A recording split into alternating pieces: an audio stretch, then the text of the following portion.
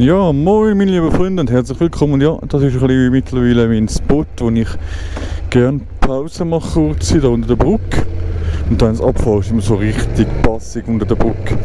Aber eigentlich kein lauter Töpfer, aber es ist einfach geil irgendwie. Und heute das Thema 10 Gründe, warum ich das Rasen auf der deutschen Autobahn, also das Rasen, nicht mag. Es gibt also ein paar Gründe. Ich bin letztens Richtung Europapark bzw. auf Rust gefahren, im Wasserpark also der Rolantica heisst das. Rolantica. Und da ist mir das Fahren auf der deutschen Autobahn wieder extrem bewusst worden. Ich mache das eigentlich so gut wie nie.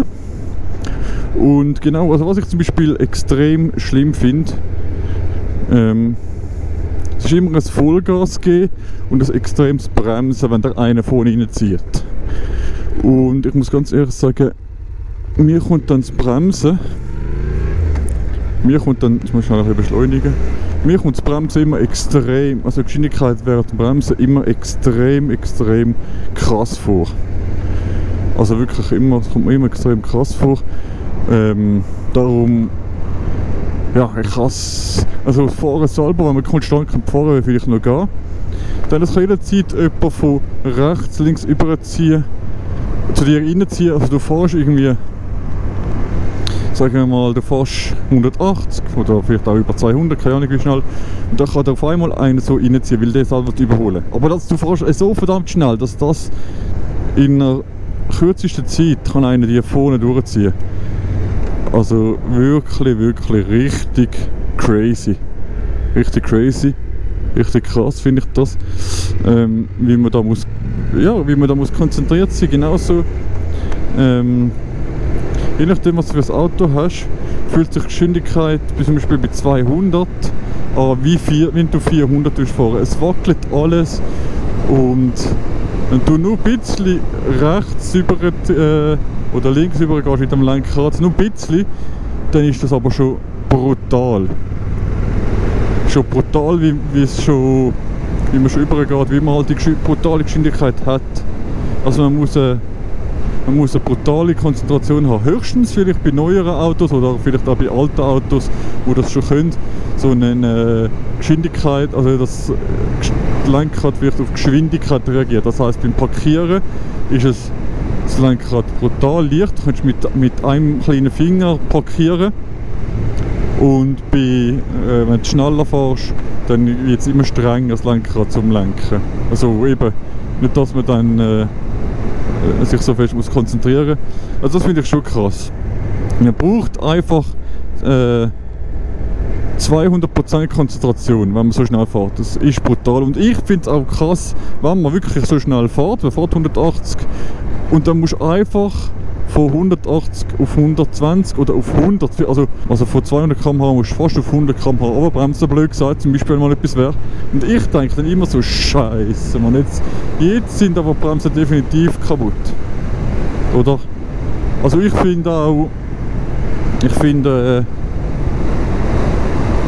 also du hast schon an einem Tag genug von deutschen Autobahn fahren, wenn du 2 bis 3 Mal so Endgeschwindigkeit fährst. Also ich finde, wenn ich 2 bis 3 Mal Endgeschwindigkeit gemacht habe, dann ist es so ausgelutscht nachher. Also ich habe wirklich keinen Bock mehr. Wenn die Strecke noch lang geht, wenn man das noch viel oft machen könnte, dann würde ich einfach sozusagen meine 160 bis 180 km auf dem A4.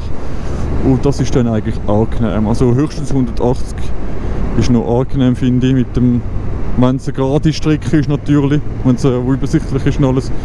Aber ja, ich finde einfach deutsche Autobahnen in dem Sinn blöd, außer natürlich, wenn man ein gutes Auto hat und man kann wirklich schneller am Ziel ankommen. Wenn man jetzt irgendwo auf Berlin oder weiß nicht wo irgendwo hin will, oder eine Route zum Rust oder so, und man hat wirklich ein gutes Auto, man kann wirklich richtig durchdrücken, das ist wirklich angenehm zum Fahren, dann okay. Aber ich denke sonst einmal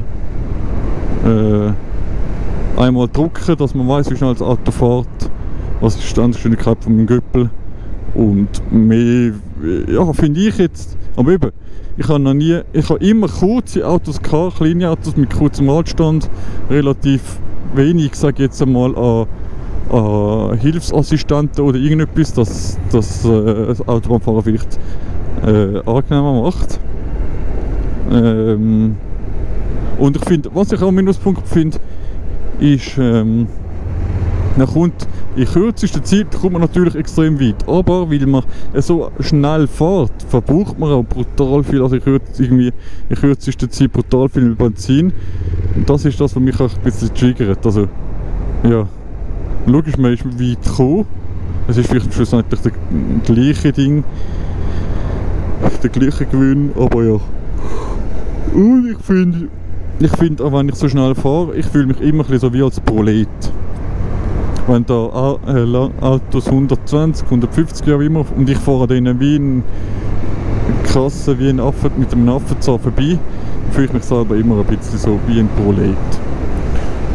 Ja, ich glaube, ich habe alles gesagt.